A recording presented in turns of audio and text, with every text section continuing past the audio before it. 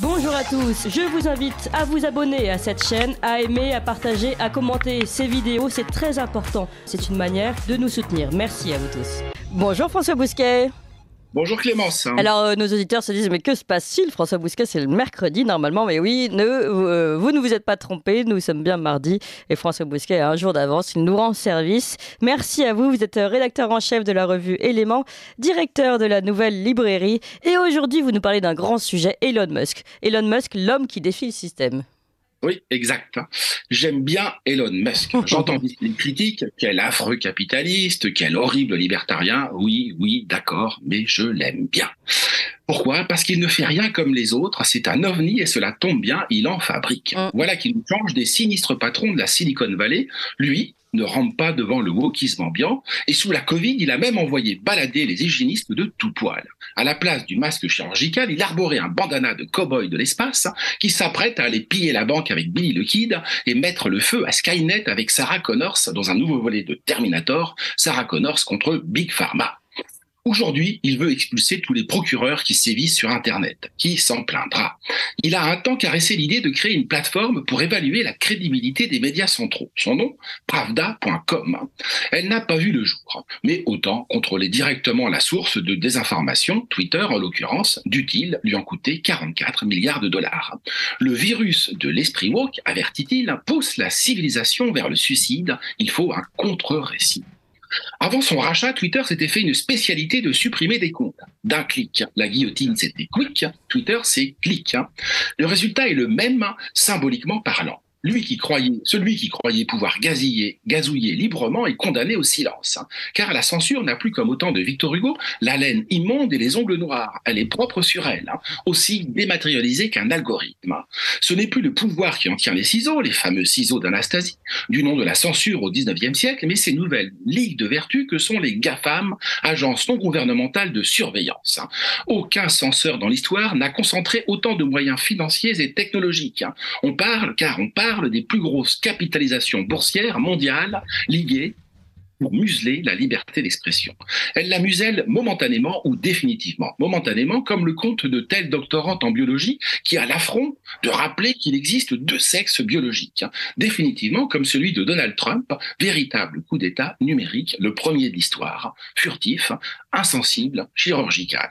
A contrario, jamais les GAFAM n'envisagent de suspendre les comptes des rappeurs qui appellent à prendre des blancs, du CCIE cachex du CCIF ou des mollahs iraniens spécialisés dans les fatwas et qui ont fort à faire en ce moment avec la révolte du voile.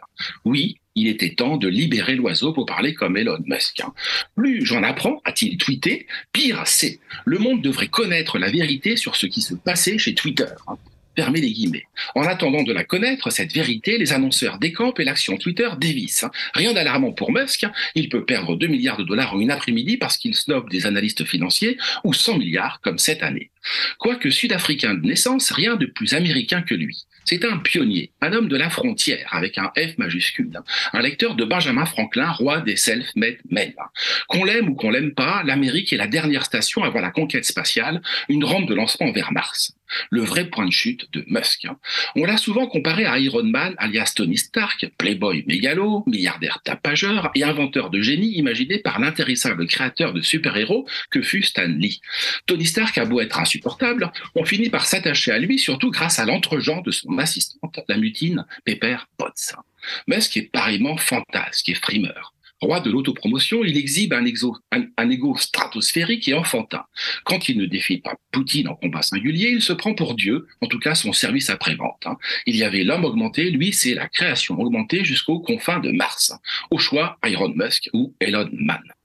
On ne sait d'ailleurs pas qui, de Tony Stark ou d'Elon Musk, est la copie de l'autre. Tony Stark a été créé à partir du personnage d'Howard Hughes, touche-à-tout de génie dont le destin évoque celui d'Icare. Un péril qui guette Musk, aujourd'hui dans la position du pot de terre contre le pot de fer, à savoir le système. Depuis 6 mois, il doit faire face à des attaques en rafale. On ressort une affaire d'inconduite sexuelle dans un avion. On lui reproche d'avoir dédaigné des accusations de racisme dans les usines Tesla. Une sénatrice démocrate vient même de le qualifier de parasite qui ne paye pas d'impôt sur le revenu. Et l'Union européenne, par la bouche de l'exponentiellement prétentieux Thierry Breton, commissaire politique aux marchés intérieurs, dont le numérique, lui fait savoir que l'oiseau volera selon nos règles.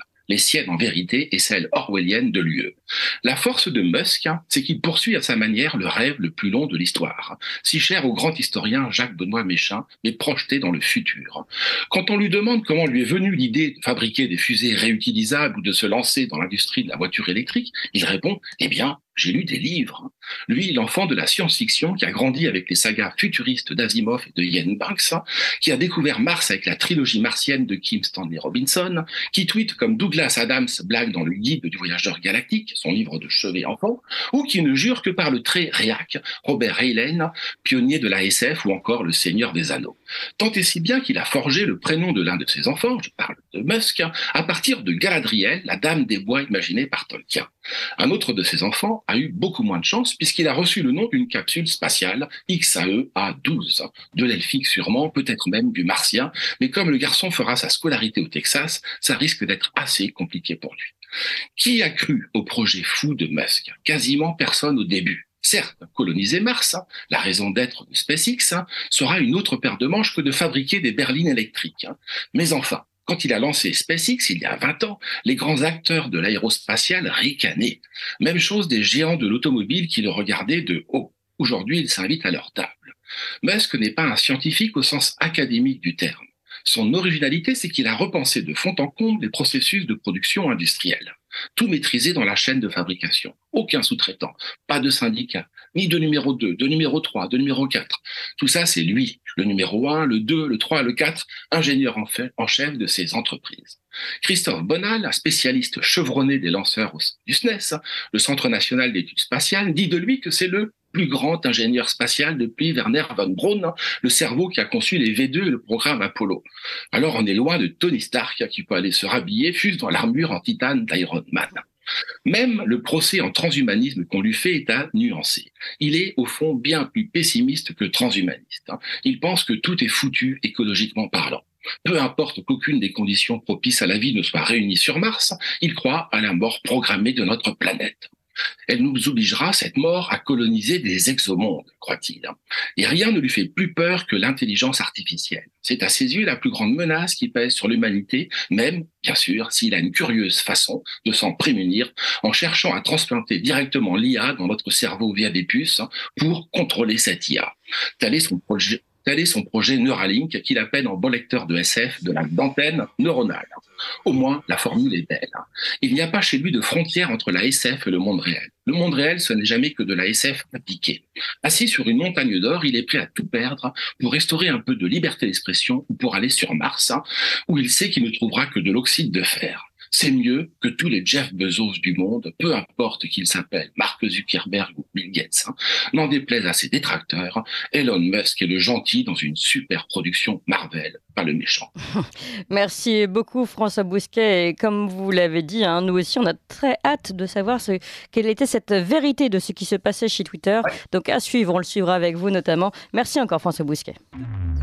Vous appréciez cette émission? Alors aidez Radio Courtoisie à en produire d'autres, en indépendance totale.